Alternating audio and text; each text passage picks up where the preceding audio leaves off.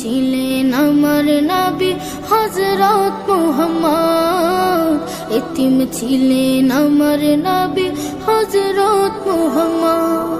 আমি এতিম হয়ে কাঁদি না কেন তোমরা বলতে পারো, এতিম হয়ে কাঁদি না কেন তোমরা বলতে পারো।